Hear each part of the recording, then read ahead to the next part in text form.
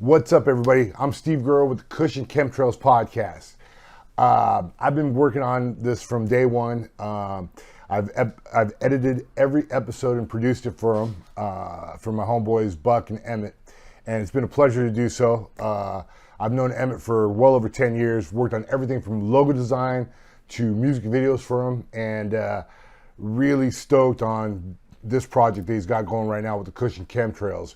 I think it's great content that these guys are creating, and I'm very, very happy to be part of the process. But that being said, this is a process. There's going to be hiccups along the way, and unfortunately, we got a little technical, audio technical difficulties at the beginning of this episode. So what we're going to do is join this episode in progress. But fear not, it's a great one. Emmett's kicking down some knowledge. Buck is bringing his insights. As usual, it's just good stuff. So I hope you enjoy it. Thank you for watching. Here's the intro. Let's go. Kush and Chemtrails, the world's most dangerous podcast. Welcome back. Technical difficulties. Yeah, my bad, guys. My mic was off. I was so comfortable just chilling here in my PJs. Oh, I'm so glad we fixed the light. It looks better now. But hey, man, we live and we learn. We rocking. Y'all growing and rocking with us, man. All of this stuff we do for y'all, to be honest, man. What was I talking Hope about? Your experience is good while you tuning in, man. You was talking about, I asked you how you been. Great. I've been great. But what you was talking about specifically, shit, I don't know. Because I looked down and I was like, oh shit, that took over. It's all good. But, now I'm all paranoid and shit. But, yeah, everything's been great, dude. Been chilling like a villain. Chilling Yeah. like a bub. But, you know what I want to get into, bro? What you want to get into, I bro? want to get into some sacred geometry. Please do. All right. Sorry, I got a bunch of notes here, guys. So, bear with me, okay? Follow along. And we got some slides that we're going to put in there for you as well, so you can have some visual aids to guide you through this story here, all right? Dope. All right, so sacred geometry, brother. So here's some sacred numbers embedded in time I want to go through. So 25,920 seconds is 432 minutes. So there's that number 432. And you notice all these numbers, Johnny, come grab this blunt. All these numbers add up to 3, 6, or 9.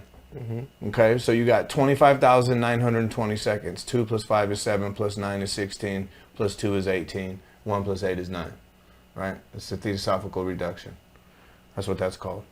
Okay, so 432 minutes. So there's a sacred number. 432 minutes is 7.2 hours. Okay, 7.2 hours. You have 12,000, this is something different. 12,960 seconds is 216 minutes. 6,480 seconds is 108 minutes. 25,920 hours is 1,080 days. So you saw how those repeated, but the zeros were and the decimals were in different places, right? And they all add up to 9. So the reason that the number 72 is so important is the one day of the great year is equal to 72 years in human life. So one day of the great year is 72 years here on earth, okay? Now, if you go through sacred texts and you're looking through sacred numbers for, you have in the RG Veda, one of the different Vedas in Hinduism, stuff like that. We have let the Brahmin hear the praise we utter. This has the 4-horned buffalo emitted. 4 are his horns, 3 are the feet that bear him. His heads are 2. His hands are 7 in number. 4, 3, 2. You see that right there? Okay. So 4 horns, 3 feet, 2 heads, 4, 3, 2. Now 10 to the 7th power. Okay. You add those zeros, and you have 4,320,000,000 years. That's what it adds up to. So again, you have the 432. Right. Adds up again. Now, let's talk about the gods in Samaria. Okay? Pre-flood. This is the pre-Diluvian gods. You have Eloros, and he ruled for 36,000 years. 3 plus 6 is 9. You have Alaporos, 10,800 years. 1 plus 8 is 9. Amalon, 46,800 years. 4 plus 6 is 10 plus 8, 18. 1 plus 8 is 9. Ammonon, 43,200 years. Megalaros, 64,800 years. Daonos, 36,000 years. Eutoroches, 64,800 years. Mepsinos, 36,000 years. Opartes, 28,800 years. Z, Sutoros, 64,800 years. The total of all those years of the pre-Diluvian gods, all those separate years, 432,000 years. There's your sacred number again, 432. You mean 432 like million or something? No, 432,000. The total of all of those put together? Yeah.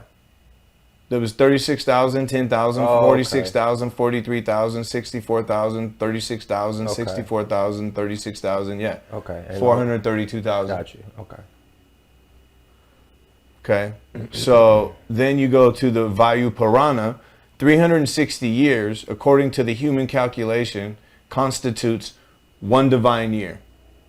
So 360 years is one divine year.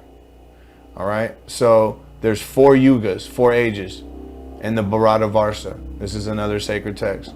The first is Krata, then follow Treta, Dwarpa, and Kali. Okay. When you add all those years, and I'm not going to go through all of them because there's so many, but when you add all the years, then you do get the million. 4,320,000. Nice. Okay. I was jumping ahead. Right, exactly. I'm glad you did. So, some other interesting correlations come with our time and some of our measurements. You have 24 hours in a day. You multiply that by 60, you get 1,440. There's 144 again, okay? Square foot, 12 times 12, 144 inches, right? Right. The Mayans, they even had this, brother. Their cycles. One Baktun was a cycle, was a Baktun. The length of that cycle was 20 Katun, and the number of days, 144,000 days. They even have it, bro. Their calendar is more fucking detailed than any Right? calendar. But go ahead, sorry. No, it's all good. I'm glad you interjected. I want you to fucking play along. One Katun is 20 Tun. That's 7,200 days. There's that number again. One Tun is 18 Wanao is 360 days. So their year is 5 days shorter than ours. Right. Their year is 5 days shorter than ours. Right. So on and so forth, 20 days and 1 day that breaks it all down. But you see the sacred numbers. Now, in our solar system, the architecture of our solar system, there's sacred numbers there. The sun, 432,000 mile radius, which means the diameter is 864,000 miles. Those are both sacred numbers. Okay? And then what's interesting is all the other countries, all of them use the metric system. Right. And I believe, the only one that uses the mile and things like that. And what's interesting is people think that that's backwards, or some people even think it's arrogant. Like, the Americans think they're better. What's interesting is it's one of the most ancient ways of keeping track. And so it's more of not wanting to lose relation with the cosmic measure. Because if man is the measure of everything, because we're made in God's image, right? Then everything that is us is perfect. And that's what the mile is based on, the Latin mil, which was 1,000 paces. So it was actually measured off how we move. And then even with the pharaohs, they measured a cubit was from here to there, based on the pharaoh, their measurement, because they believed they were divine. Not all of them were, but some of them that actually were divine, that was the measurement. Right. So we're the standard measure, which is fascinating. So yeah, they've been using the mile, bro, 4,000 years. 4,000 years they've been using that. That's incredible. Hold on, my notes are acting weird real quick. So that's one of the main things that I think, because a lot of the country's founded by Freemasons, and because they have such an affinity for sacred geometry, right. I believe that's why America is, I really believe that it's obvious to me. For sure. I would, if I was a betting man, I would definitely say that. So, if you Look at the moon. The moon is 1,080 miles radius, diameter 2,160. Those are both sacred numbers. If you look at the diameter of the earth, 7,920. Again, those are sacred numbers. What's interesting is the Great Pyramid, if you look at it, it's a scale, it's a ratio. The Great Pyramid is a scale model of the earth at a ratio of 1 to 43,200. Nice. It matches the diameter of the planet, which was interesting. You and I were talking about it the other day, and we were saying how Randy, my instructor, was saying that it's more of a flattened spheroid as opposed to like a perfect round. Right. That no, the planet is more flat on both of the polar surfaces, which makes a lot of sense. And it has more of a, it feeds in not only to the flat Earth, but the way that it's set up with the vortex, it goes into the hollow Earth theory as well. With that picture that I sent you, you know, it correlates with both of them, which I thought was pretty interesting. Because I haven't had any instructor has never, no one I really know has really correlated anything like that outside of what we go and search for ourselves. Yeah. So to have him say something similar, like, no, the Earth isn't round at all. Well, Neil deGrasse Tyson, you know, the propagandist. Yeah. He stated that it's like a pear. Yeah, I heard him say that. Yeah. Yeah, I heard him say it was like a pear. Scientists admit that it's not round, but they didn't state it like. Yeah, this guy was saying it's literally flat on the poles. Right. Like it's flattened on the different poles. Than what at all. Yeah, and that's not a pear. Yeah. Yeah, this guy had it was interesting, the shape that he showed me. It was actually phenomenal. But so let me go through here. Here's a bunch of notes about the pyramid. But this is interesting. So every 2 seconds of the Earth's total orbit, every 2 seconds, it moves 1/43,200th of the diameter of the pyramid, of the base of the pyramid. So the pyramid is almost like a giant hand of a clock almost, right? In orbit around the sun, which is phenomenal. It's phenomenal. Yeah, and then as above, so below, which is where you would get the, what is that called? Octahedron? I forget what that's called. I know the tetrahedron is the 4. We looked that up the last one. But then we got into some gematria right here. I'm not going to get into that too much. Okay, well, this is interesting right here. Is some sacred numbers in the Bible. So Revelation 13:18 says, "Here is wisdom. Let him that hath understanding count the number of the beast, for it is the number of a man, and his number is 666." So that's the one that freaks everyone out in the Bible, where it's talking about 666. Everyone's like, oh, it's the devil. No, it's not.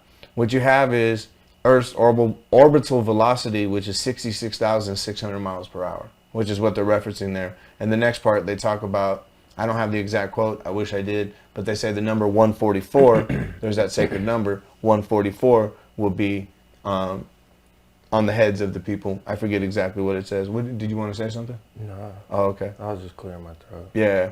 So then in Zechariah 2:1-2, it says, "I lifted up my eyes again and looked, and behold, a man with a measuring line in his hand.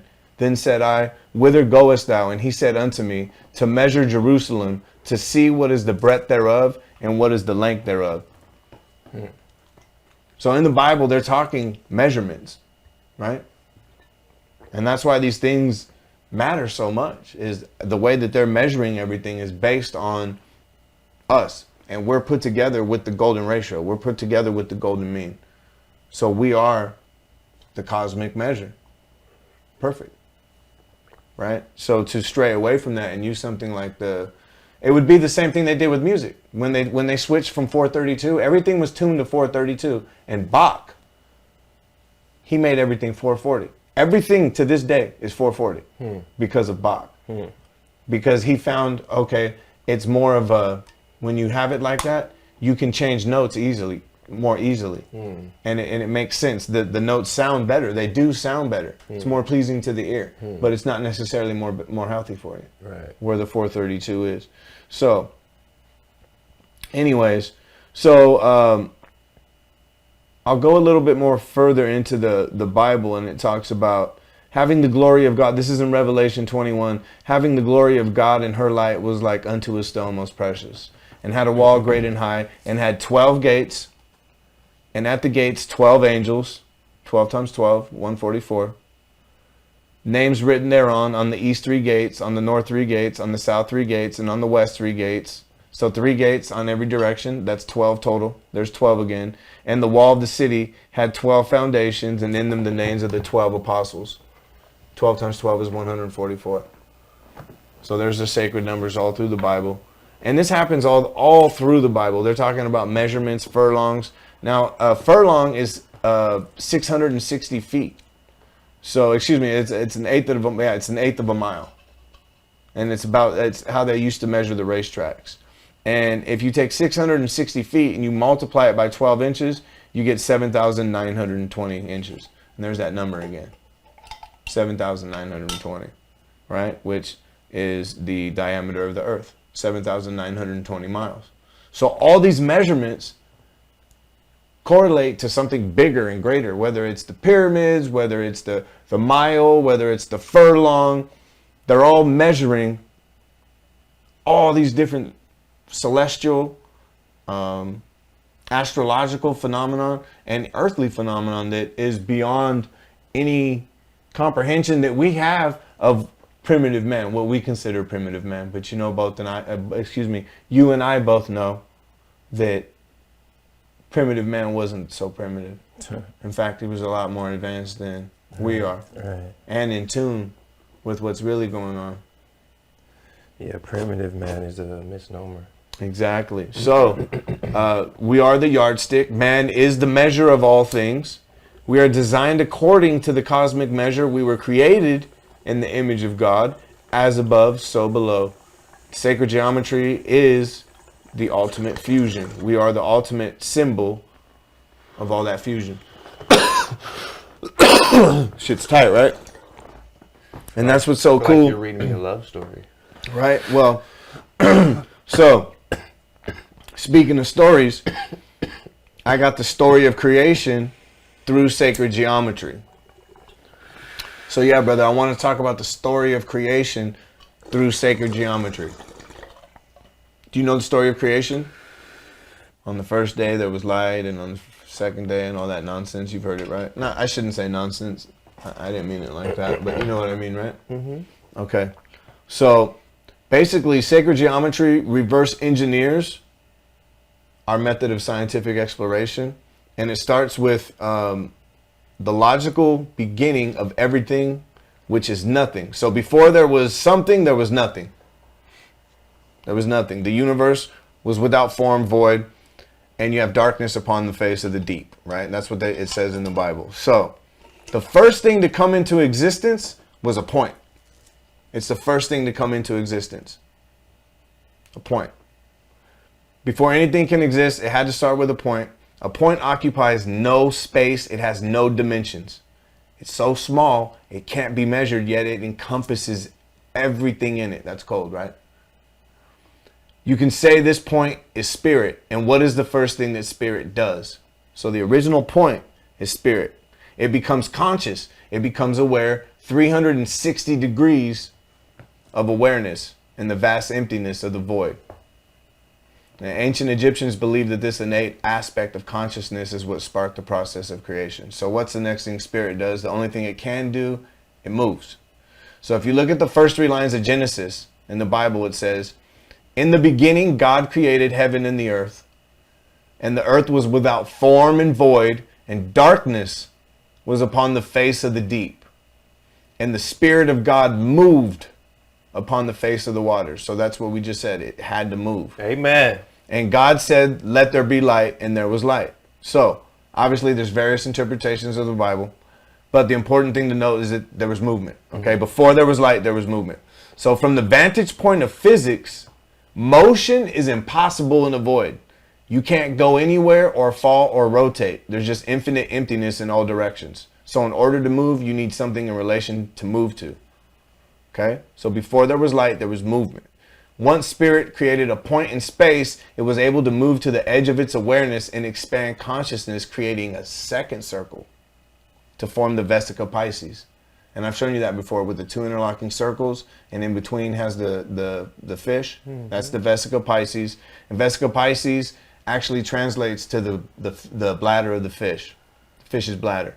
So it's a football-shaped opening in the middle. It's a geometric image through which light was created, right? Because movement and then light. And it's also the geometric shape through which our eyes receive light, right? It's also this shape right here that we have, Vesica Piscis. And the Christian fish. They're not aware of that, a lot of the Christians, most of them. So anyways, then spirit would continue to expand its awareness following the Genesis pattern by moving to each intersection of the circumferences and expanding. The second movement creates the third circle, which forms the Holy Trinity. With each movement, more information unfolds. By the fourth motion, we have moved halfway around the first circle. 180 degrees from the first motion. On the fourth day of Genesis, exactly half of creation was completed for 7 days. So 3.5, 4, rounded up. After 6 movements, 6 days, a geometric pattern, miracle takes place. We have a complete pattern, the seed of life. You know the seed of life. This complete pattern is called the seed of life because it contains the recipe of life in all its potential. The second rotation of circles forms a 3-dimensional shape. The ancients who were concerned with life and death called this cluster of spheres the egg of life. Your entire existence is dependent on the egg of life. Everything about you, from your height to your eye color, was created through the egg of life form. Embryonic cells have the egg of life structure. It's phenomenal, right? Spirit would continue this pattern with a third rotation. 19 circles produce the flower of life, a shape that's found in ancient cultures around the world. From China to Ireland to Egypt to India, they all had some notion of the flower of life. And the typical question is, why is this shape so special? Because the information hidden in the flower of life is so important. It's so sacred. Ancient ancestors kept it secret because at that time it was appropriate. However, now we use the information or fall further into darkness. Right? So it's important to know all these things. Now, when the flower of life is extended out and all the circles are completed, the fruit of life is revealed. This is the secret. Out of the flower comes the fruit. The fruit of life is an entirely feminine shape. In sacred geometry, all curved lines are feminine and straight lines are masculine. So once we add masculine energy or straight lines, that's when we get Metatron's cube. That's like my favorite geometric shape. It's phenomenal. You guys look that up, Metatron's cube. So this is Metatron's cube. And let's see here. Give me 1 second. Let me go through my notes. And it contains the fabric of reality. Because out of this shape, we get the platonic solids. Now, platonic solids have faces that are all the same length, angles that are all the same degree, and if put into a sphere, all points will touch the edge of the sphere. These shapes were studied in ancient times by the Egyptians, who passed the knowledge to the Greeks, where Pythagoras would study them, and later Plato, which is where we get the name Platonic. So they're named after Plato, the platonic solids. There are 5 platonic solids. The cube, which represents the earth, the tetrahedron, which represents fire, the octahedron, which represents air, the icosahedron, which represents water, and the pentagonal dodecahedron, which represents ether. And each platonic solid corresponds to a different element, and every element of the periodic table has a geometric relation to one of the platonic solids. So there's all types of alchemy going on there. You saw how like the whole thing is like a double entendre, from the shapes to what they represent, and now they're talking about on the periodic table of the elements, which is, it's fascinating. This is how it all correlates. From the motion of atoms to molecules to viruses to snowflakes to the shape of our sound and even to the orbits of the planets in our solar system, everything stems from this basic geometric information system, and it all starts with spirit. So some of the things that are phenomenal about it is the mathematical structure that makes up the harmonics of the mathematical multiples. So you have 1 times 2 times 3 times 4. So when you look at like the planets and you use the root frequency or the root number that you would use is from the sun to Mercury. It's the first planet, okay? And then from there to the next planet, which is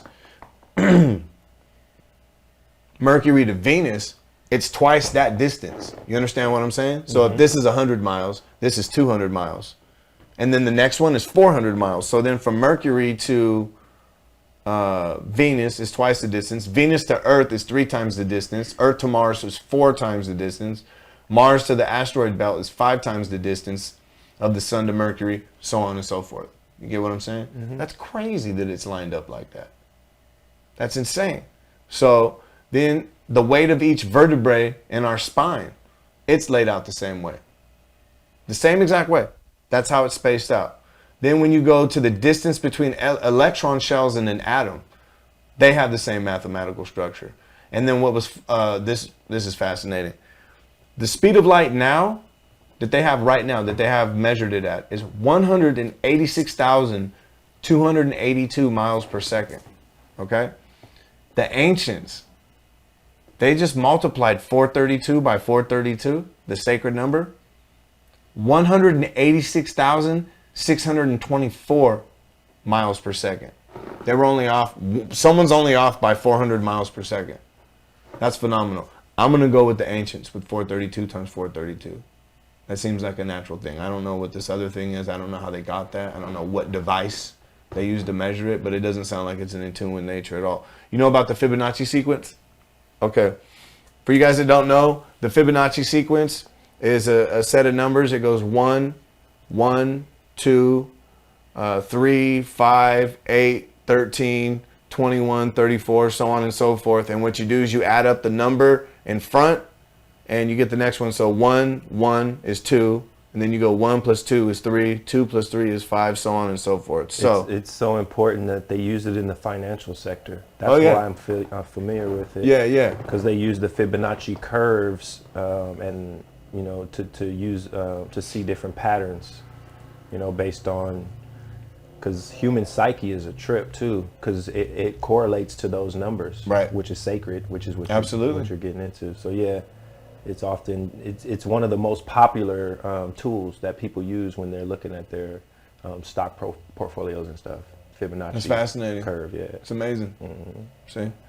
So now the golden ratio is the limit of the ratios of successive terms of the Fibonacci sequence. So in other words, if a Fibonacci number is divided by its immediate predecessor, okay, in the sequence, the quotient is approximately the golden ratio.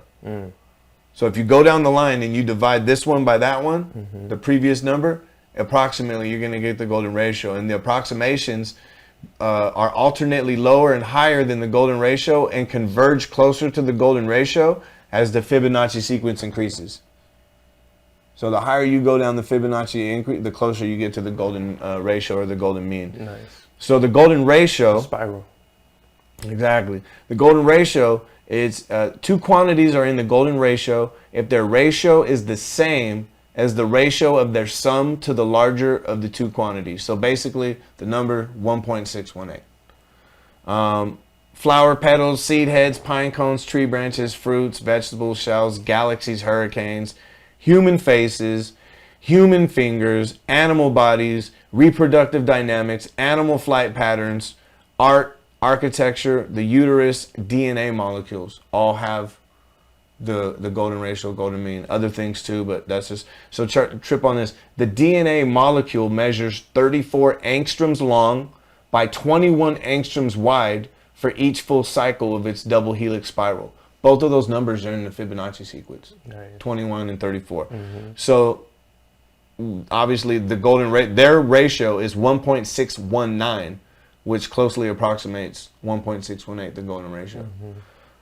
The pentagram, we know that's so important in so many different aspects of the occult. So I looked it up. Why? Each intersection of edges sections other edges in the golden ratio. The ratio of the length of the shorter segment to the segment bounded by the two intersecting edges is equal to the golden ratio. The pentagram includes 10 isosceles triangles, 5 acute and 5 obtuse. All of them. The ratio of the longer side to the shorter side is equal to the golden ratio. The acute triangles are golden triangles, and the obtuse isosceles triangles are golden gnomons. And we talked about the Great Pyramid. Now, the Great Pyramid of Giza has a slope of 51 degrees, 52 feet, and it's close to the Golden Pyramid inclination of 51 degrees, 50 feet, and it's even closer to the pi-based pyramid inclination of 51 degrees, 51 feet, which is, obviously, pi is the golden ratio. This shit is mind-blowing, bro. I love sacred geometry, bro. I love it. It's one of the most fascinating subjects that I've ever studied. And the way the numbers just keep repeating like that in so many different areas. Definitely. Yeah. Speaks for itself. Phenomenal, bro. It's phenomenal. I don't believe this statement, but they say men lie, women lie, numbers don't. Yeah. When you're talking about sacred numbers. Well, think about it. Like the ancients knew, look, multiply 432 by 432. What are the chances that that is like right as the speed of light? You know what I mean? This is what they thought the speed of light was, and they were almost spot on. Mm-hmm. Using real natural numbers. Mm-hmm. Look at Bach. Bach's like, I want my music to sound better. Not feel better, sound better. Right. So I'm going to put it at 440. Now everything's at 440. Yeah. But in nature, it's 432. Yeah. The tuning forks that I have, those are all set from 432. You know who makes the tuning forks? My instructor. Oh, nice. Yeah. Nice. He makes them. Because he's all into sacred geometry and stuff like that. Right. He'll take sacred numbers, multiply them by the Fibonacci numbers, and and makes all these tuning forks according to that. Uses high grade metal. It's insane. He was describing the process. It's really interesting. Sweet. Yeah. Oh, let me show you something, man. This will blow your mind. Theosophic reduction, since we're talking about numbers. So, Theosophic reduction, the way you do it is the values 1 through 9 are given to the first 9 letters of the alphabet. Mm-hmm. So A through, I believe that's I. Yeah, A through I, 1 through 9. Mm-hmm. Again, 1 through 9 will then be given to J through R. Okay? And then 1 through 8, S through Z. Okay. You follow, right? Mm-hmm. So your name would be, let's see, J was 1, right? J, yeah, 1. Mm-hmm. A, 1. And then J, K, L, M, 4. So that's 2, 6. E was 5. And then S was 1. Right? Yeah, S is 1. J is 1. A is 1. That's 1, 2, 3. M was 4. That's 7. And there's one more. E. E was 5. That's 12. So 1 plus 2 is 3. Right? Of the 12. So now 3. Anything that correlates, obviously not anything toxic, but anything with a numerical value of 3, let's say you put walnuts out there. And when you do that same thing, and at the end you get 3, walnuts are great for you. Mm-hmm. Isn't that crazy, bro? Mm-hmm. He's telling me about a doctor friend that he had, and the drawers were broken down into 9 different drawers. And cancer, when you do that to cancer, it comes to an 8. Everything in 8 treated cancer. Everything in 1 treated whatever was a 1. Do you understand what I'm saying? Yeah. Yo, that's phenomenal, bro. And that comes from the Theosophical Society. That's why it's called Theosophical Reduction. Interesting. And he worked on it. My instructor worked on that code. So is it just based on your name? On anything. Right. On anything. It's gematria for English. Gotcha. Because gematria is typically, I believe, for Hebrew and Greek. Gotcha. Is where they get all that numerical value for Hebrew for sure. Okay. But it does not correlate exactly to English. Right. So they came up Theosophical reduction. Gotcha. Or root deduction is another name for it too. But he first introduced it as Theosophical, and as soon as I heard it, I was like, hey, he's at the Theosophical Society, and he was like, yeah, Madame Blavatsky, all them. I was like, dope. Nice. Yeah, that's crazy. That's good stuff. Yeah, it's phenomenal. He was cooking. Yeah, thank you, brother. I'm glad you enjoyed it, and I hope you guys enjoyed those slides. We put that out there for your viewing pleasure. Thank you, Steve Guerrero, for inserting those so they could follow along. Hopefully you could, and hopefully you found it as interesting as I did, because I love that. Yes, sir. Yeah. Yes, sir. Well, what you got for us over there, brother? Britney Spears. Go for it. What's up? Let's talk about Britney. Free Britney. I mean, I could have took the pivot any different direction, but since we threw a lot of numbers and ideas at the people, I don't want to go heavy. So Britney, yeah, free Britney, bro. I wasn't even hip to why that kept trending, and my wife had me watch one episode because she had been watching it. One night she put it on, and I was like, "Babe, turn that off. Like, I'm not trying to watch that before I go to sleep." You know what I mean? But again, I came in and she was watching it, so I was like, "Let me sit down and actually show some interest in something my wife is doing." You know what I'm saying? Yeah. Not be a dick. For sure. So I chilled and watched it with her and let her explain to me what was going on. And she actually played, I guess there's a leak audio of her in court, Britney. Have you heard that, Johnny? Britney in court? So the reason why it matters, brothers, because obviously I was like you guys at first, like Britney Spears, you know, that's not really of interest to me. But she's claiming. I didn't say that. Oh, you're into Britney? Awesome. I like Britney. I just didn't say that. It's Britney, bitch. I'm listening to your story, yeah. It's not my story, fool. It's Britney. This is what you're sharing, though. Yeah. So I'm listening. Yeah. So the reason why there's this whole movement, Free Britney, is because her dad has a conservatorship, which I've never heard of in my life. So I guess it's been that way for a minute, and she's claiming that he has control over her lawyers, control over her doctors, control pretty much over her being and her movements, how much she works. Does. All of that stuff. He does. He's been doing that for years, bro. Yeah. That's been an issue for years. They talked about it, but no one ever really I cared didn't because understand. they kept painting her in the media to be so crazy. Exactly. So everyone was like, whatever. It just kind of flew over everyone's head. You know what I mean? It flew over my head. Now there's a lot of people like, hey, she's not really that fucking crazy. And she's making fucking tens of millions of dollars. That's what she said. What the fuck's going on? That's what she said in court Yeah. on the leaked audio. Yeah, bro. She was going in. She went in on her father. She wants them arrested. She feels like she's been not only taken advantage of, but they've been drugging her, you know, to keep her sedated or, you know, whatever in that state where she can't really fend for herself. And then it makes her, like you said, look crazy. But she's saying like they put her under all kind of medication, bro. Yeah. So it made me think of, I hate to just jump to conclusion, but it made me think of MK Ultra, bro. Because you know how we often see celebrities and we hear these stories.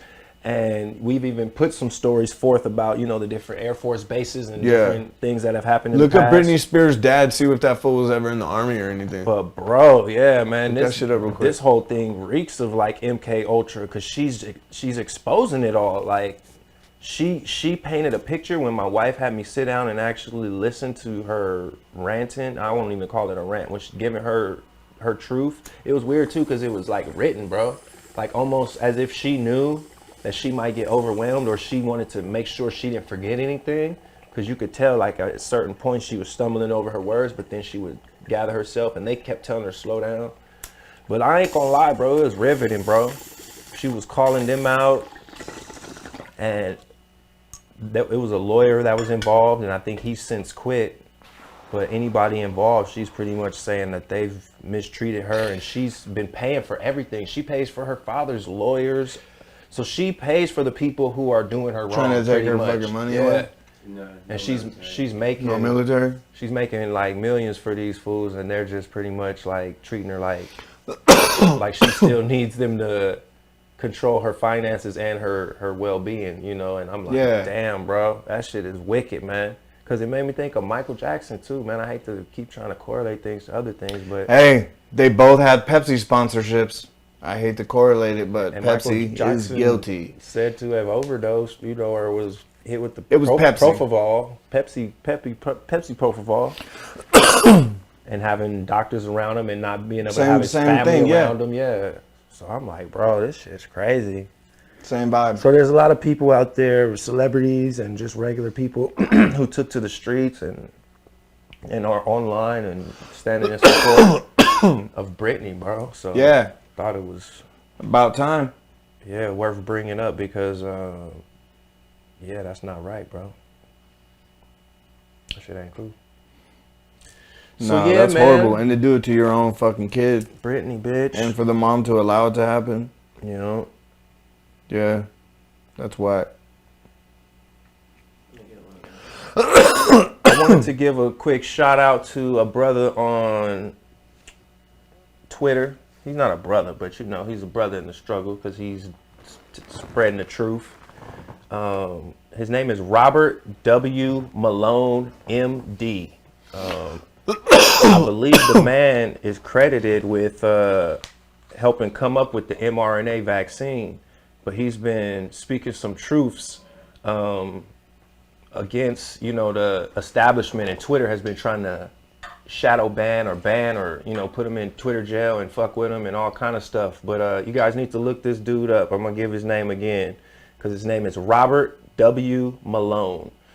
Like I said, he is one of the people responsible for the mRNA vaccine, but now he's speaking out.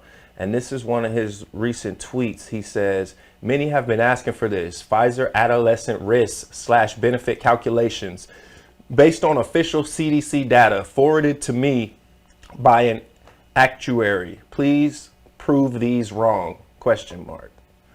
So I'm gonna just give you a little quick synopsis of what this stuff says, because it's based on the numbers that they're saying that the CDC has provided.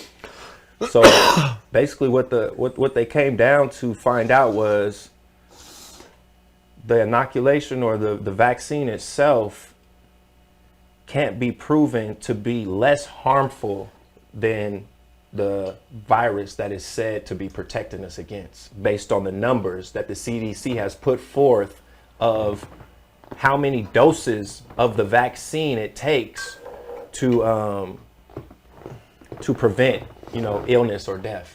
Right. That's what's crazy, because you would think it would be 1-to-1. One vaccine would prevent one illness or one death. It's not even close to that, bro. It's something like, let me see here, because I'm not going to just rattle off all these numbers. It's a whole document you guys can go look up for yourself. But it says, let me see. The CDC predicts that fully vaccinating 1 million male 12 to 17-year-olds would prevent 5,700 cases, 215 hospitalizations, and 2 deaths from COVID.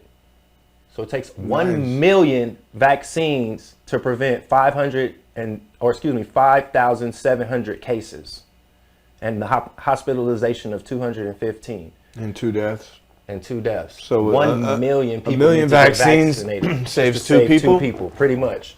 Yeah. So based on those numbers, I like those odds. Yeah, and then the numbers that they're giving, you know, of the vaccine harming people, which is much higher. Yeah. This guy has come to the conclusion that the vaccine isn't even safer than the effects of the virus. You know what I mean? So, which is something we've already found in different ways, but here's just another way he proved it through the CDC's information. And this is a guy who was involved in, you know, doing the mRNA. So, and there's more. It goes on about the death with COVID vaccine. It says here, the Pfizer vaccine is 3 to 5 times more likely to cause 12 to 17-year-old males to be hospitalized than the CDC predicts. It will prevent hospitalization from the disease itself. So, and then he gives the numbers to back up all these findings. So yeah, it's an interesting thing. Look into the brother. His name is Robert W. Malone, MD. That's at RW Malone on Twitter. So yeah, I've been following them because they've been trying to fuck with them. And whenever they fuck with people, bro, I'd be like, oh, let me see what the hell he talking about. Because why are they trying to mute him? You know? So yeah, I thought that shit was interesting.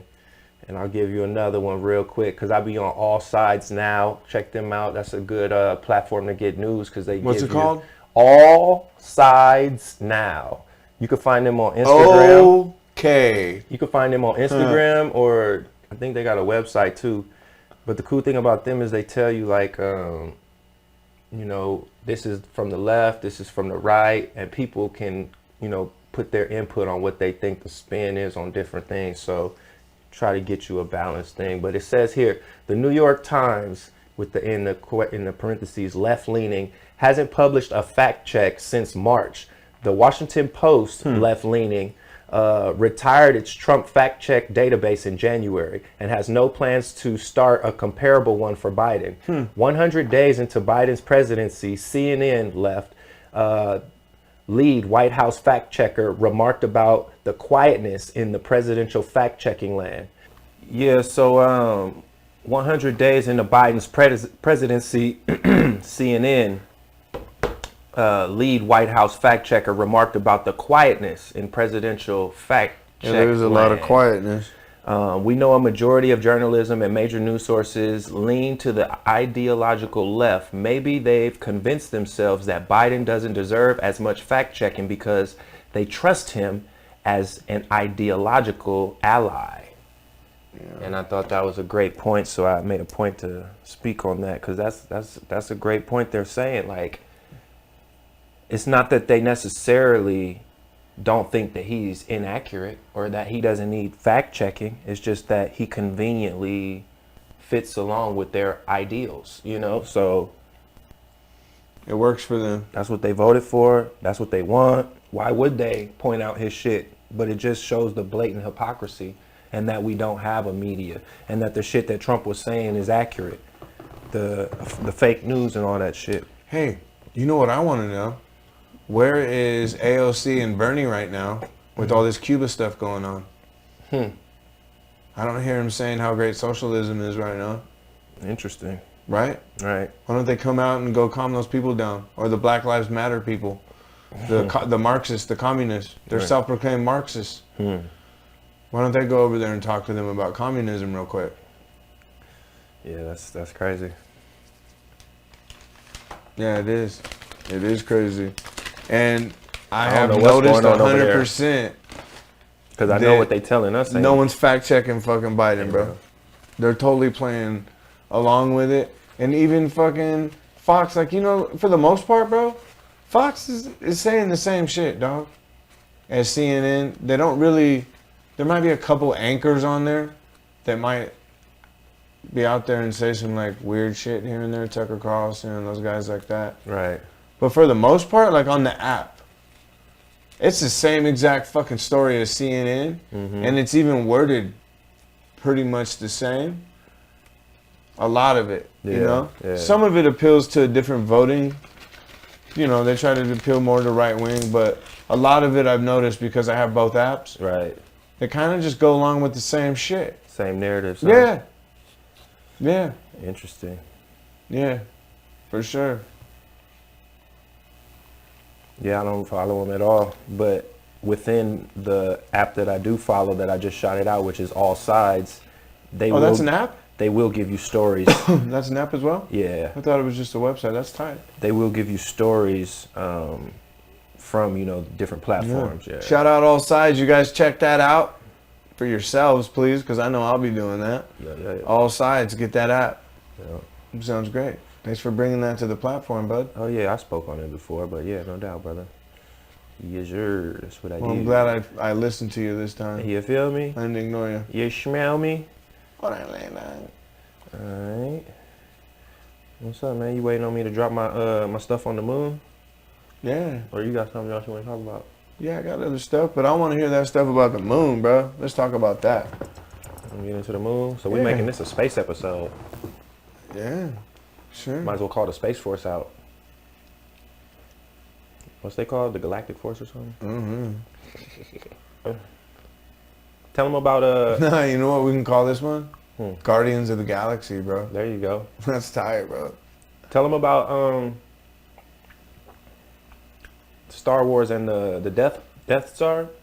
Yeah. Cause I didn't like look into it too crazy, cause it was mentioned here and there. Like everybody that was talking about Yeah, a lot of people made that the theory. connection. Yeah. Talk about the Death Star. Yeah. Yeah. What in the movie though? So it's a base in the movie, right? The Death Star. It's a giant sphere, giant circle. I did watch a clip Yeah. when they saw it. Yeah. And then he was like, "That's no moon." Yeah, and it's black, And yeah, it's a fucking Death Star, bro. And it's built just like the fucking, you know. I saw when they flew, and then they flew inside it, right? Yeah. Okay. Yeah, because it's crazy, because I'm not really hip. Damn, where'd that lighter go? Let me see your lighter. I just had one. Oh, you have it. Jerk. Got me looking all crazy like crackhead. Let me get my blunt lit so I can get it talking like an OG. With my blunt on my lip. So if you haven't followed Good People, I was interested in why they're talking about the moon not being real, and if the moon is a hologram. I don't know if any people have been privy to these conversations or seen them online, but I've been seeing them more and more. And when it finally made me stop and have to look at it more for myself was when I came across a discussion on, I think it was Blue Pills Live. And he played a video where a dude was breaking down all the anomalies in measurements and stuff. And it's funny, you had just broke down all the sacred geometry in measurements for the moon that made it unplausible that it was a natural satellite. And it's funny that they use the term satellite over and over when they talk about this, because I never thought of our moon as a satellite, but I guess that's the term for it, you know. And the main thing that made me pause was because they say, like I told the people on the last episode, the moon is a quarter of the size of Earth. So that is huge for a moon, you know. So long story short, when I saw this video and the dude was just breaking down all these facts about the moon that I had never even considered, and then, you know, they were talking about if the moon was placed here by, you know, a higher intellectual being, or, you know, alien race or something, you know, or how did it get here if it's not real, if it's not a natural satellite, you know. So all these thoughts just started racing in my head, and I'm like, damn, they're coming out with all this alien talk now, talking about aliens more openly, you know. Me and you have even had discussions on this pod, like maybe they're already amongst us, different humanoid creatures, reptilians, whatever, you know what I mean? We've always talked about it.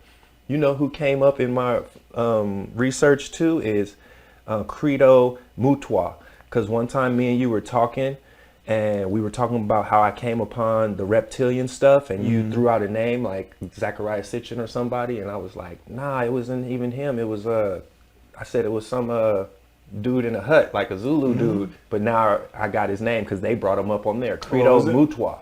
Credo Mutwa. And the reason why they bring up Credo is because there's an ancient folklore or ancient creation story. That's why it's funny when you asked me earlier, you were like, are you familiar with the creation story? And I paused because I'm like, which one? You know what I mean? But there's a creation story of the Zulu tribe that goes, actually it's not a creation story. It's the creation of the moon story, that the moon is a egg. Okay. So they believe the moon is an egg, which means the inside obviously would have a yolk, you know what I mean? So it's another ancient acknowledgement to the moon, and the moon having some sort of hollowness or some sort of shell type, you know, structure to it. So that's what just started getting my mind going, you know, and I did more research, which I'll dive into deeper. And it's just interesting, bro. I don't know if you want to throw out anything before I really get into it. I'll touch on this real quick. What I found something symbolic in what you just said. And I'm gonna shout out to weed too before I forget. The moon has yolk in the story.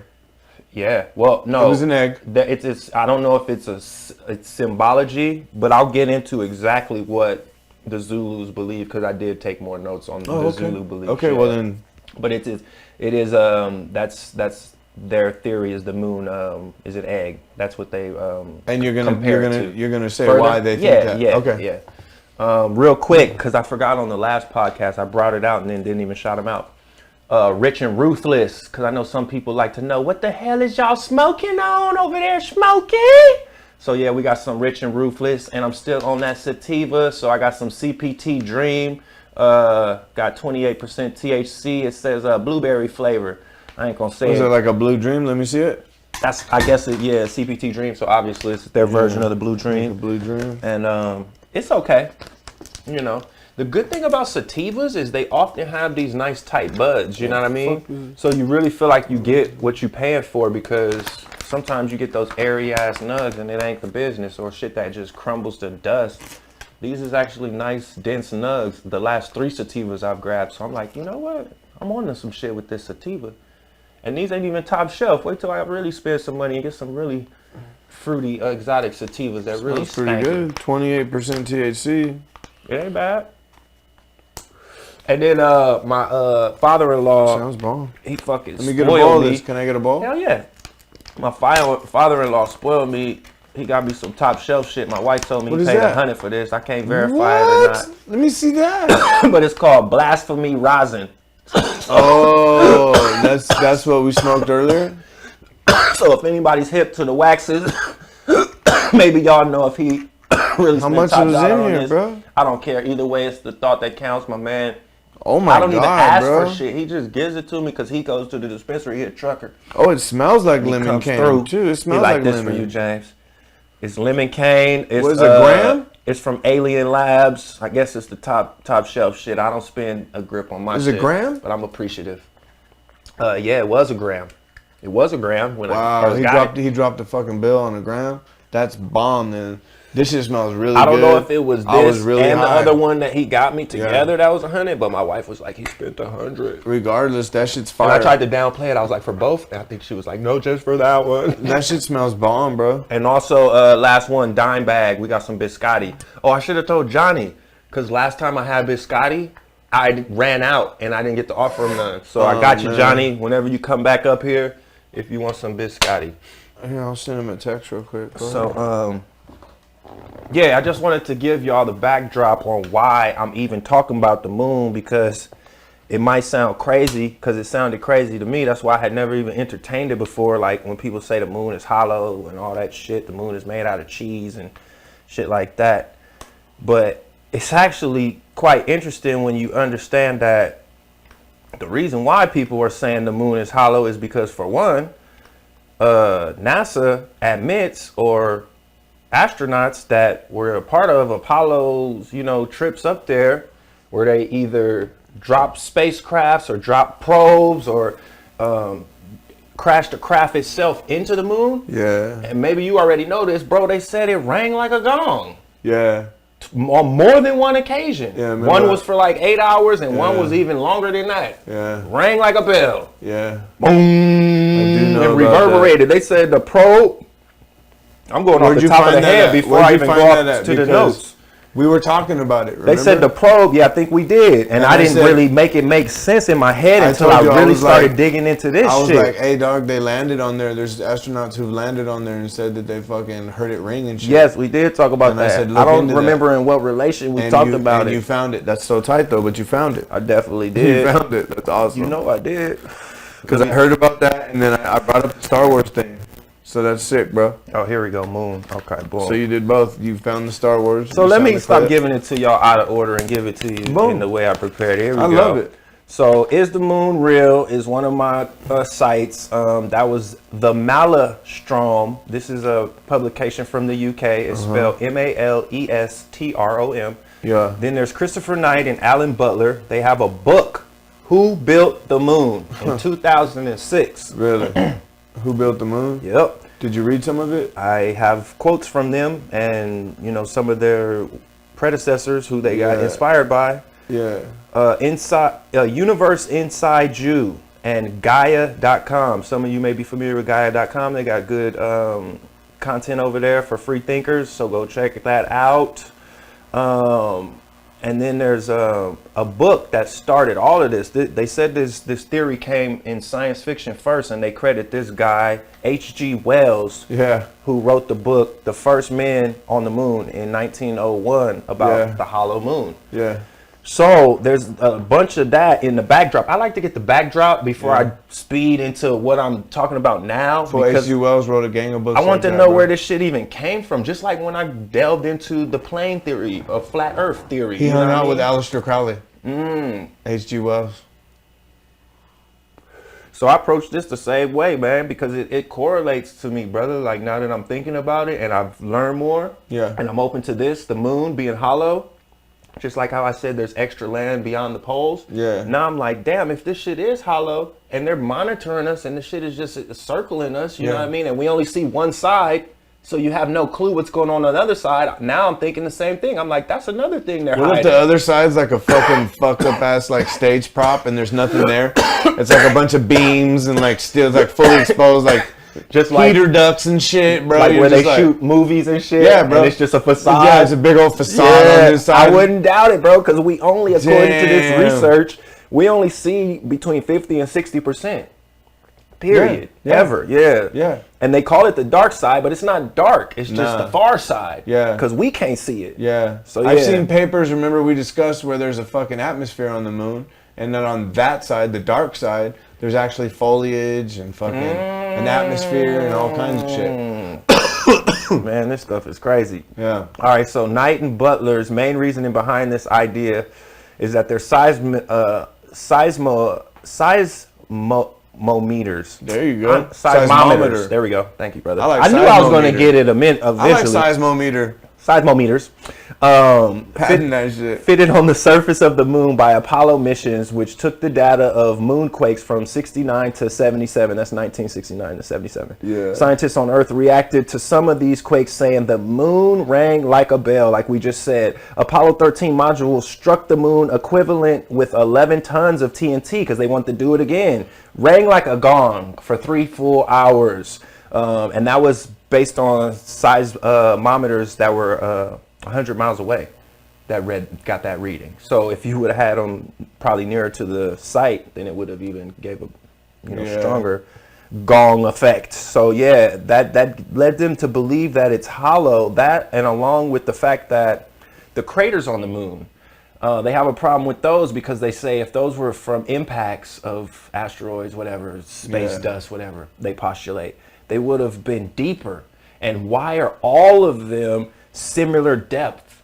The only difference is the amount that they spread out, which would mean that they postulate that this moon has a hard exterior, metallic maybe or something, and it has most of its mass or density in the first layer of it.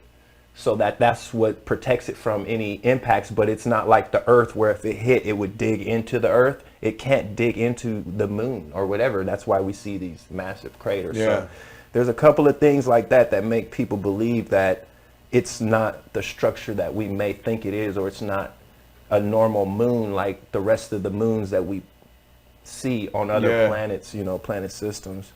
I don't know if you want to jump in before I just keep going. No, I think it's fucking phenomenal. Yeah, did you happen to see the video with, hold on, Stanley Kubrick? The one that talked about him being involved in the moon landing? Where he said he directed that shit. Yeah, he directed the fake moon landing. Yeah. You guys, if you haven't seen that, it's on YouTube. Check it out. Stanley Kubrick admitting that was hard because it was, for him, the work of his lifetime, brother. And he wasn't able to take credit for it. And look into Buzz Aldrin and Lance, what's the other guy's name? Was it Lance Armstrong that wouldn't admit that Armstrong. On the Bible, he wouldn't swear on the Bible? Just like, look get into, away they from said me. all kind of strange things, bro, over the years. Yeah. Cryptic things, Yeah. where if you're not thinking about it this way, just like me and you said, most people give the assumption of it is what they're saying. But if you're not just assuming what they're saying is what they're saying, then you're like, holy shit, bro. They're like kind of telling on themselves if you're looking for that, you know? And again, maybe me and you look for that too much. Again, it goes into that confirmation bias. But hey, we're putting this shit out because that's the information that has led us to make these connections. You know what I'm saying? Good cops, though. The things are connecting, where other people are just okay with things not connecting and just by chance. Everything's by chance. And even if we're wrong, we'd be, like I said, we'd be good cops because we're blaming people for shit they didn't do. Fuck it. We're not blaming anybody.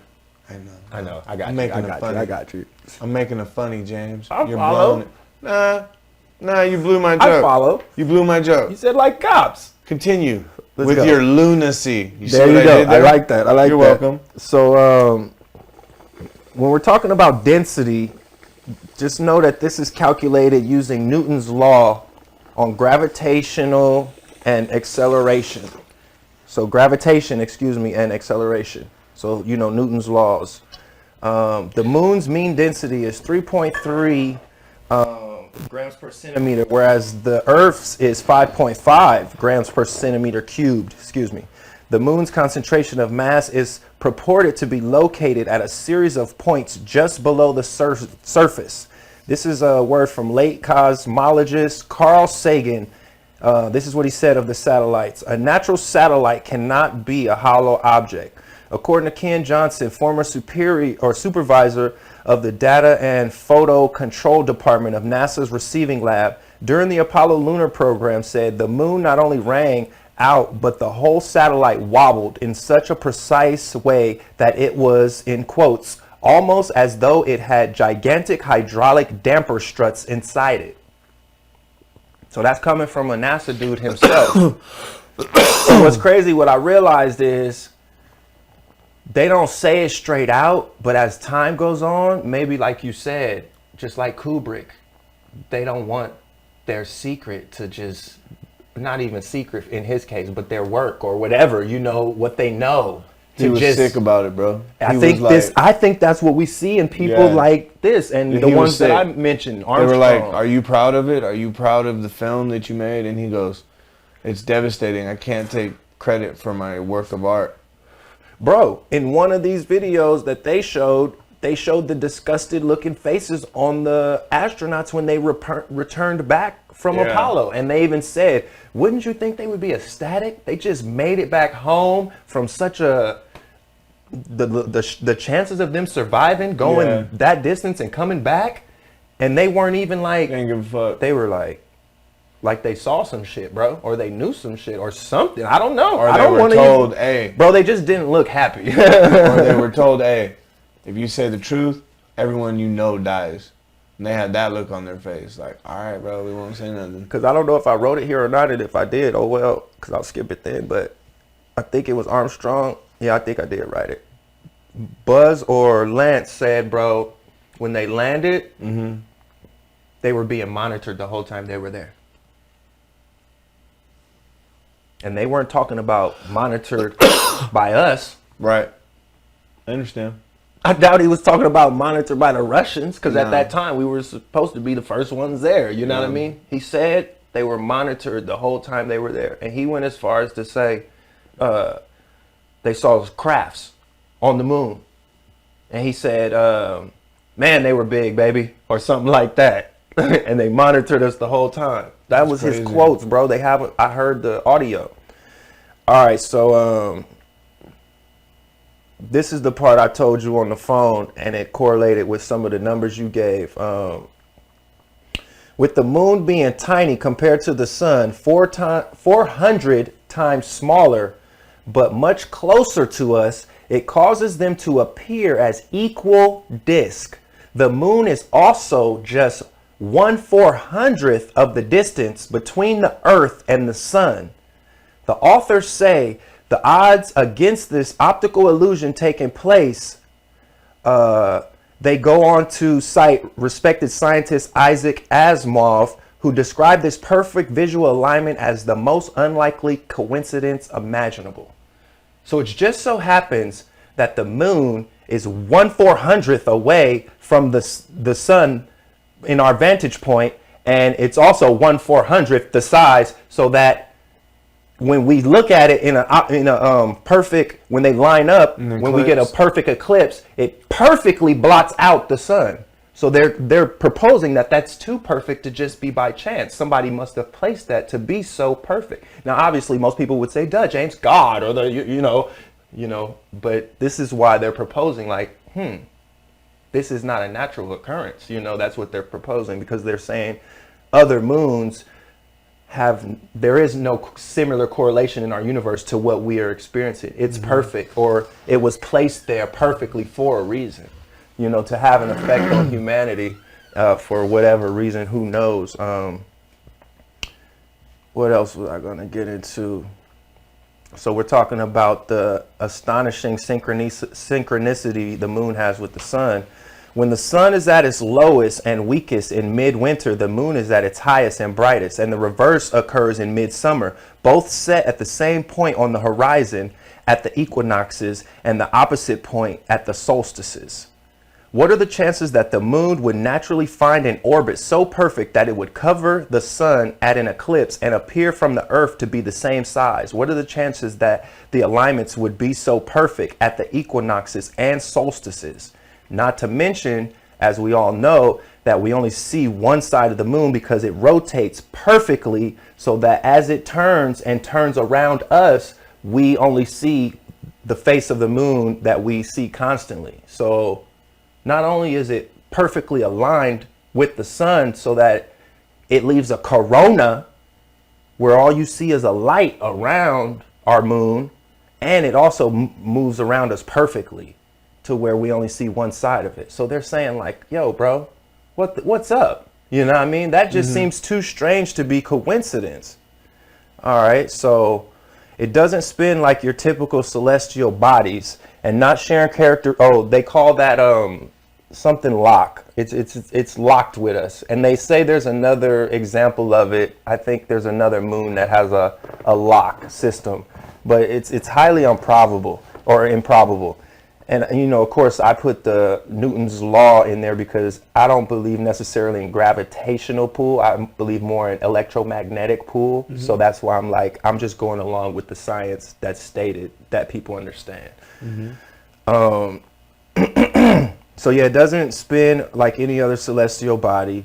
Doesn't share any characteristics with other moons found in our solar system other than the one that I stated, but it's still the size, it doesn't equate, just the locking of the spin, the orbit.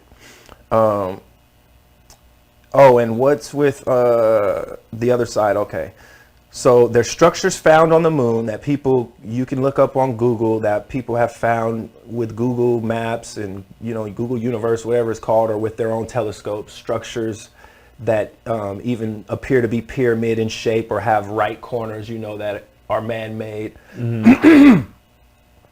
They line up with the Great Pyramids. And there's also been lights being seen on the moon and spotted on the moon. So,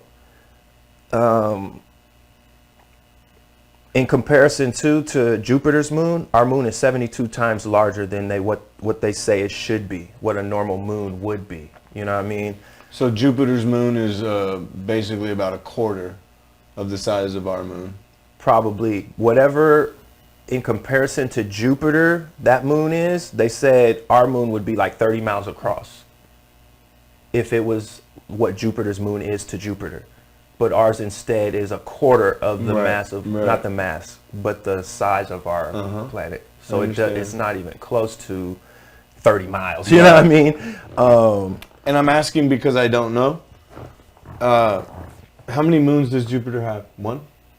That's a good question. We should look that up because I don't know, because I didn't really look into Jupiter's moon. I was looking into, obviously, All our right, Johnny, moon. can you look that up real quick? How many moons does Jupiter have? Here's some numbers for you because I know you like the numbers. Please, fire away. Between the moon and the Earth, you can fit 108 moons. Oh. Damn, Jupiter has 79 moons? Nice. Wow. Between the moon and the Earth, you can fit 108 moons, okay? Between the Earth and the sun, you can fit 108 suns. Wait, hold on. That doesn't seem to make sense. I think I'm Earths. That must be between the Earth and the sun, you can fit 108 Earths, okay? And then the sun, across the diameter of the sun, is 108 Earths. So for some reason, that 108, yeah. So boom, I knew you would like that one. And 432, because the 432 is the diameter. It was like 432 million miles in diameter. So yeah, that tied right back into what we were talking about. I covered the craters. And that's how we do it on Kush and Chemtrails. We didn't even plan that shit. We do our research separately. It just comes together like butt cheeks. So So yeah, the mass of the moon is only cheeks. 1.2% of the Earth's. So that's another reason why they say it may be. Last one, say that. Repeat that for me. The mass of the moon is only 1.2% of the Earth. Even though it's a quarter the size, the mass is only 1.2%. So the mass is it's not as dense as the Earth by a long shot, 1.2%. So for some reason, the size is big, it's larger than what a moon should be, but the density is not what we would expect. Density meaning how many layers there is to it, how much depth there is to it, how much it would how much mass it would be, you know. So how you could measure mass by layers, because layers would make it have more mass or more density. Yeah. So it can't be getting hit by fucking asteroids. That thing will just explode. They're saying Sounds that like it has a an giant- exterior layer that protects it, and the interior is hollow. That shit has a force field. That's the Possibly. Death Star, It bro. could- Come on, bro. For sure. An So yeah, exterior the shield tidal lock on an egg. the tidal lock is what I was talking about. The moon's rotation matches orbit exactly, so that we only see one side, or 50 to 60% at all times. Yeah. Surveillance moon, yeah. So the all-seeing moon, the Death Star. They also, now this is the one that's weird to me, just like the last fact that we just discussed, because I'm like, how do they even come up with this? How do they know the density? But they get it from like Newton's law and then mathematics and shit. It's all math. Yeah, so, which I don't necessarily say I concur with, but we'll go with it. Because to me, it's like they could be making it add up to that for purposes. So they're saying, though, that the moon is older than the Earth, because lunar rocks, which again, I'm like, okay, I'll go with you guys on this. Lunar rocks gathered during NASA's Apollo 14 mission, and the analysis of the rocks pinpoint the moon's creation at 4.51 billion years ago. So they actually are saying that our moon is older than Earth. Mm-hmm. So that whole theory about the moon was created by planet crashing into Earth, or the moon basically is a part of Earth. I don't know how likely that theory it could be, because how can it when the moon is older than Earth and a quarter the size of our Earth? Yeah, well, it just seems unlikely too that it would create a perfect sphere. And they found if it was they found metals debris. on the moon, allegedly, like in high numbers. I've seen pictures where it looks like there's lights on the moon. Titanium. Yeah, exactly, Like bro. cities. Exactly, bro. Look, That's what I was saying. Speak on it, Johnny. What is it? Jupiter might have up to 600 moons, Damn. Yeah, they got a gang of moons. but 72 are named. I wonder. Or 79. All right, so I'm gonna wrap it up with the ancient knowledge. Here goes the egg theory that you was asking me about. In ancient mythology or folklore, the stuff they get off the cave walls and ancient scripts, they write about a time before the moon. The word is Proselenes, Proselenes. Those that were before the moon, and this is in Greek culture, including Aristotle, wrote about the Proselenes, those before the moon. There's also a tribe in Colombia that was said to still have recollection of a time before a moon. The Zulu, like I brought up, and shout out to the Credo Mutua, the egg moon theory, placed into orbit by celestial guardians, caused the great flood, almost wiping out humanity. So they tied that to the great flood, the great deluge. So that was all I had on notes on that, Smooth, that I think I wanted to impart on that story that I couldn't remember about the egg moon theory. So it doesn't get into the yoke or anything. Yeah. We'd have to look into that further personally. Right. I just made note of it because it's another example of somebody saying the moon was placed into our orbit by celestial guardians and it caused the great flood. So in 1970, 2 Russian scientists wrote in Sputnik magazine, "Is the moon a creation by alien intelligence?" So a lot of people are thinking like the moon may be surveillancing us, bro. That's Big Brother for real. Yeah, it could be. Howling at the moon, lunacy, loony, a loon. Lunatic. Lunatics. So psychedelics also have interactions with the moon. Like when you're on psychedelics, I can even attribute to that because when I was on my shrooms, I said I talked to the moon, and that was before I did any of this knowledge. But yeah, it says for some reason that moon energy speaks to you when you're on psychedelics, and the full moon, you know, has been said to bring out all kind of things. So in regards to mental health, etc., etc. So yeah, man. Look at the Neil Armstrong and Buzz Aldrin. They have some interesting things to say. And a lot of others, man. Yeah. Gaia TV, Gaia, look into Gaia, GAIA. And Yeah, any of those I got other that. things that I referenced, man. So I got Gaia TV down there on my shit. I'm open to the fact that extraterrestrials are probably amongst us. Probably always have been. I came to that conclusion. But the more we learn, I really believe that could be the case. And when we get into the geoengineering, the blocking of the sun, Yeah. the fact that we only can see one part of the moon, and who knows what's on that other side, and the secrecy of the moon, and just the moon landing and the handling of it, how they say we've never been back. Just recently, who went to the dark side? Was it China? I have no idea. Somebody went to the dark side of the moon recently. We covered it on the pod. It's my understanding that there's been a joint base up there for years on the dark side of the moon. For years and years, even before the supposed Apollo landing, and they've been up there for years. Let me say this. Jupiter, Saturn, Uranus, and Neptune, they can all have total solar eclipses as well. But what you were saying about the perfection of the Earth, that's what they noted right here, is how it's too perfect. The other ones can have it because of the positioning and whatever, and it'll totally block it out, but it won't allow the coronas of the sun to appear. Oh, it just blocks it out. It'll, because it's so big. Yeah. No, ours blocks it out Perfectly. Yeah. And that's what they said in this article right here.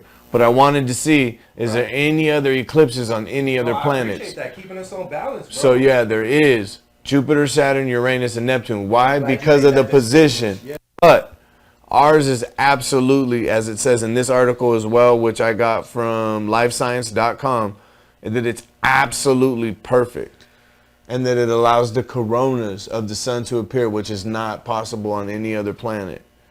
And so that's why people that that's are insane. Into, That's phenomenal. That's phenomenal. Energy and the stuff we're getting into, they always make a big deal out of the solstices and those eclipses. Let me ask you a question. I started too, and even the lunar activity when there's like those super moons and stuff. Yeah. So I started paying attention to those energies because now I see why. That shit ain't for no reason. And people were, sorry, are you gonna remember your question? Yeah. People were estimating that our humanity changed when they put the moon in place.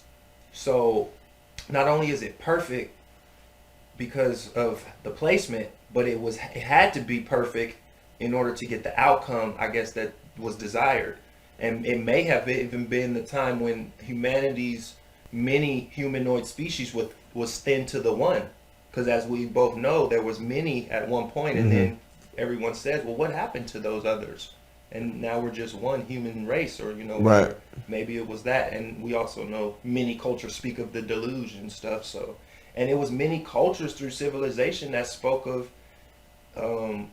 interactions with extraterrestrial beings, you know? Right. So the placement of the moon is a really hard one to wrap your mind around, but we're pretty far out there at this point. I'm like, man, it's not too far. Oh my goodness, is my mic on? Dude. I think no, it's on now. Man, Steve's gonna have a fun time with this episode. Damn, it my was whole off? time I was talking, I think it was off. Yep. I don't know how long. It's been one of those days, man. Yeah. So, my question. Yeah. What's up with the Zulu? Why do they think the moon's name? Let's look it up. I don't know, because all I said I had was the answer that I gave you already. They didn't say why they thought the moon was an egg, but they said they thought it was placed there by their celestial guardians. Oh, okay. And they said that it caused the Great Deluge. That was what the Zulu said. But I don't know exactly the story of the egg. Right. I don't know. Right. I just know it's a part of that. Okay. That tradition. Well, what I was gonna say, two things. Now that you said that it caused the Great Deluge, that's interesting that they say the moon's in control of the tides. Yep, they did. So that's interesting that you brought that up with in regards to the flood. And it's interesting that the Zulu believed that there was a flood as well. I mean, there's another culture. Because they're so pretty many much cultures saying, around like, the world. The gravitational or the whole, that the moon's in our orbit theory wouldn't even work properly because the moon is so large. Mm-hmm. Like, the Earth, how would it even attract such a large body and keep it into our orbit, Yeah. Yeah, so a lot of people even agree with that, you know. It's strange, even looking around in other bodies around the universe. So. Yeah, bro, this is interesting, man. I don't know. I don't know the answer, and I don't often come here just because I know. I just bring information so people maybe who know more than me or I can inspire somebody who will go on to know, but I don't know, man. I'm just intrigued, So yeah, maybe we can look into it and come back next week and tell them more about the egg theory. But what I was thinking is interesting is eggs come from a female, and I know that in symbolism, the moon represents feminine energy. So I wonder if there's anything to do with that. Let's see. I don't think I had too much else to talk about anyway, so let's look into it. Fuck it. Damn, mic was off. And it's crazy because the rest of the time I was looking at it. Zulu, egg, moon. The hollow moon theory. According to Zulu legend, our hollow moon was put in place by two brothers. Oh, that was what was crazy too. I think they made connection between these two brothers and Enlil and Enki. Oh, wow. I remember that was like one of our early podcasts. Enlil and Enki. Right, remember? Two brothers with scaly fish-like skin. The legend tells of Wawani and Mampuku, who brought the moon to Earth after stealing it from a great fire dragon. They are said to have emptied out the egg-like satellite of its yolk, subsequently placing it in orbit around the Earth. That's from Gaia, too. It was the first one that came up when I put it in. Other ones say, is the moon a Death Star? So yeah. So their ancestors emptied out the fucking yolk and put it in rotation around the Earth? Is that what it just said? Oh, look, the moon is often described as having divine feminine energy, just like you said. Mm-hmm. The female counterpart to our sun. Yeah. Let's see. Is that what it said, though? Because I was reading something about them, too, when you were talking about it. That's what I read, yeah. Now it's That's phenomenal. Because I opened it up. It's all good. That's dope. That's hella dope. I love it. That's my word, phenomenal. It's phenomenal. It's phenomenal. According to Zulu legend, it was two brothers with scaly fish-like skin. The legend tells of they brought the moon to Earth after stealing it. And yeah, they emptied out the egg-like satellite of its yolk, consequently placing it in orbit around the Earth. Prior to this, the planet was said to have been shrouded in a sheath of watery mist, which came raining down to the Earth once the moon came into orbit. So the tent or the firmament was broken, and then they had the deluge. Yep. And it says similar characteristics to Enki and Enlil of ancient Sumerian lore, who was responsible for instituting the first civilizations of man and are often depicted wearing fish garb. So there's a connection there. That's interesting. Mm-hmm. Yep, you said that atmosphere on the moon, even NASA said that there was a water vapor on the moon. Yeah, man, there's all kind of stuff, bro. Yeah, it's phenomenal. More, but that's all I wanted to share. That's it for sharing time, you guys. I think that was dope. My mic wasn't even on. Look, it's off again. Is my fucking battery dead? Must be, man. I don't know what's going on. Anything else? Oh, I got 1%. 1%. On your phone? RFG Chosen One says, I've come to the realization that Nibiru is not some rogue star or planet. Nibiru is simply the Sirius star system, the second sun. Hey, what's up with them That second shakes? sun that we've been Pick talking that back about. up? Yeah, my phone gonna die. Nibiru. Oh, I saw the Vesica Pisces on there. Oh, you want to see the picture? Yeah, Check it out. that's the Vesica Pisces right there. That one. What is this right here?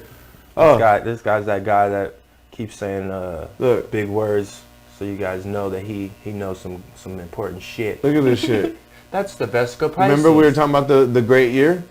Yep. There's the great year. Okay, here's Sirius. Yeah. And look Show the people. Oh man, it's gonna die. Hurry.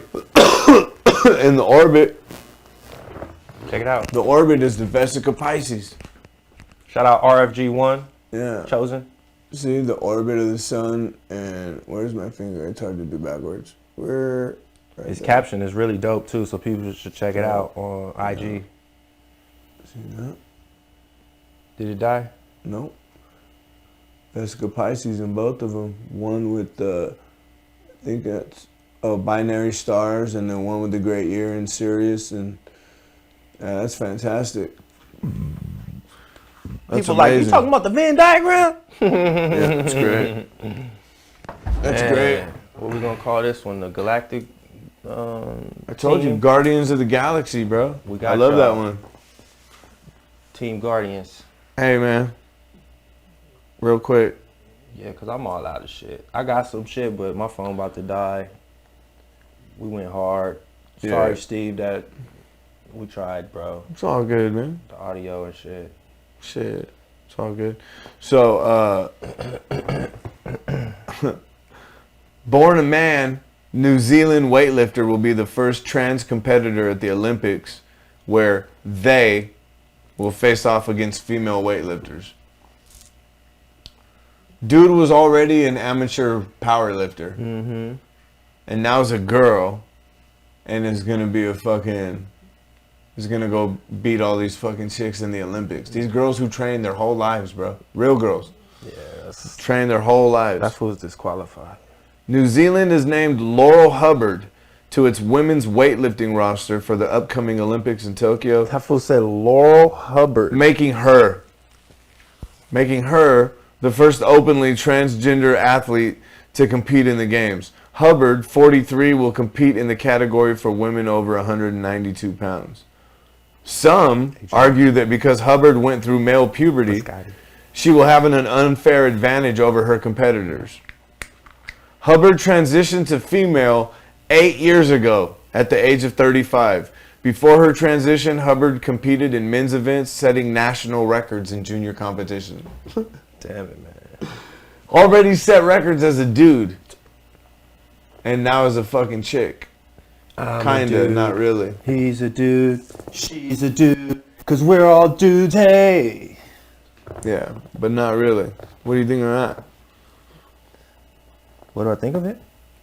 I'm a dude. In the He's a Olympics, dude. bro. She's a dude. Cause we're all dudes, hey. In the Olympics.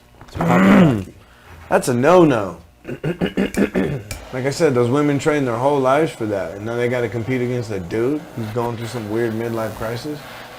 That's crazy, bro.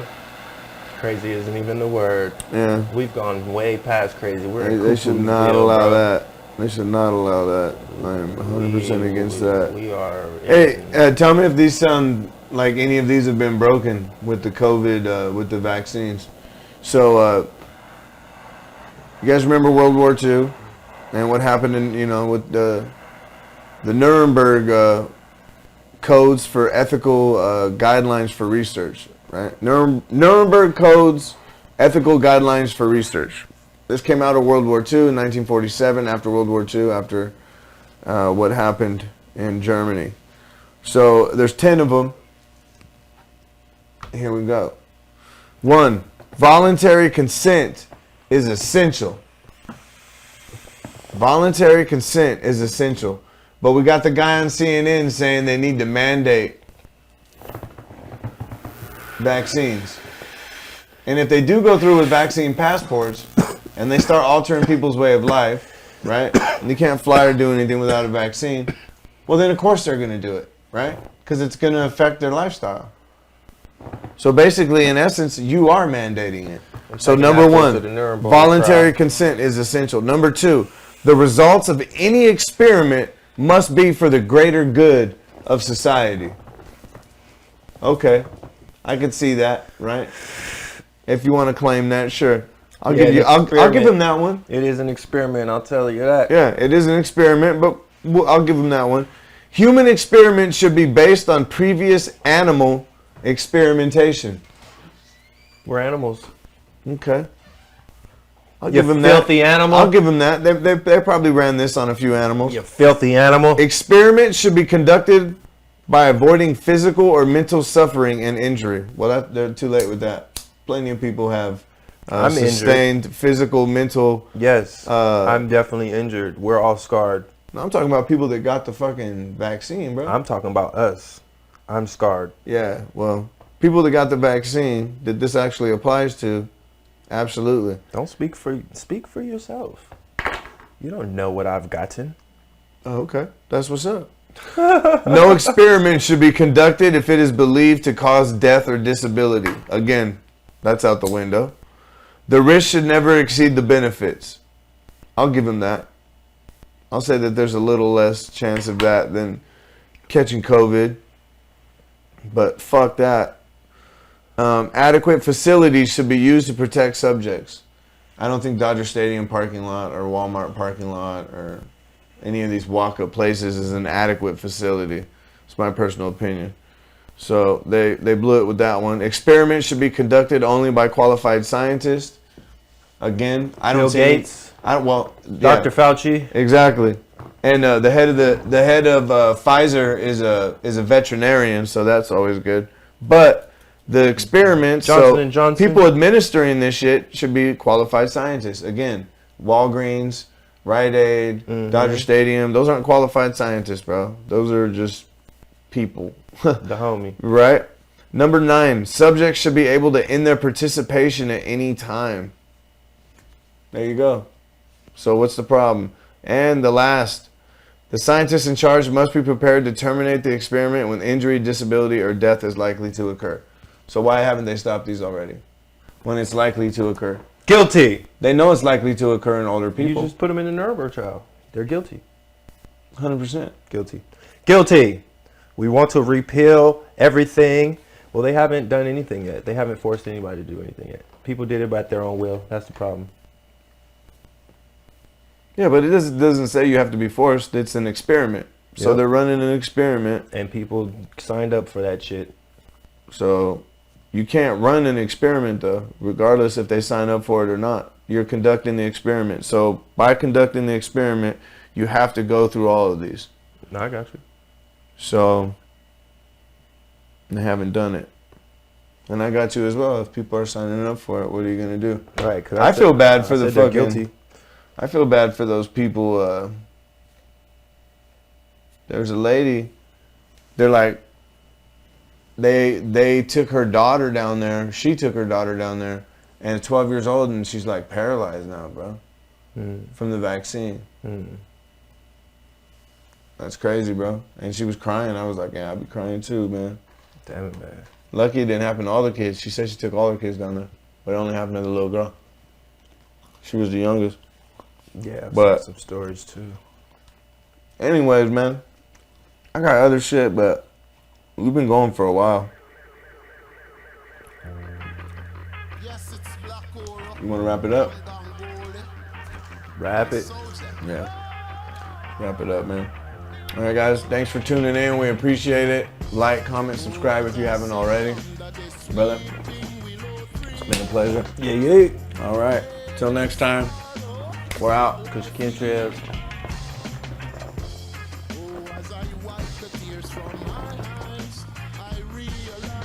Kush and Chemtrails, the world's most dangerous podcast.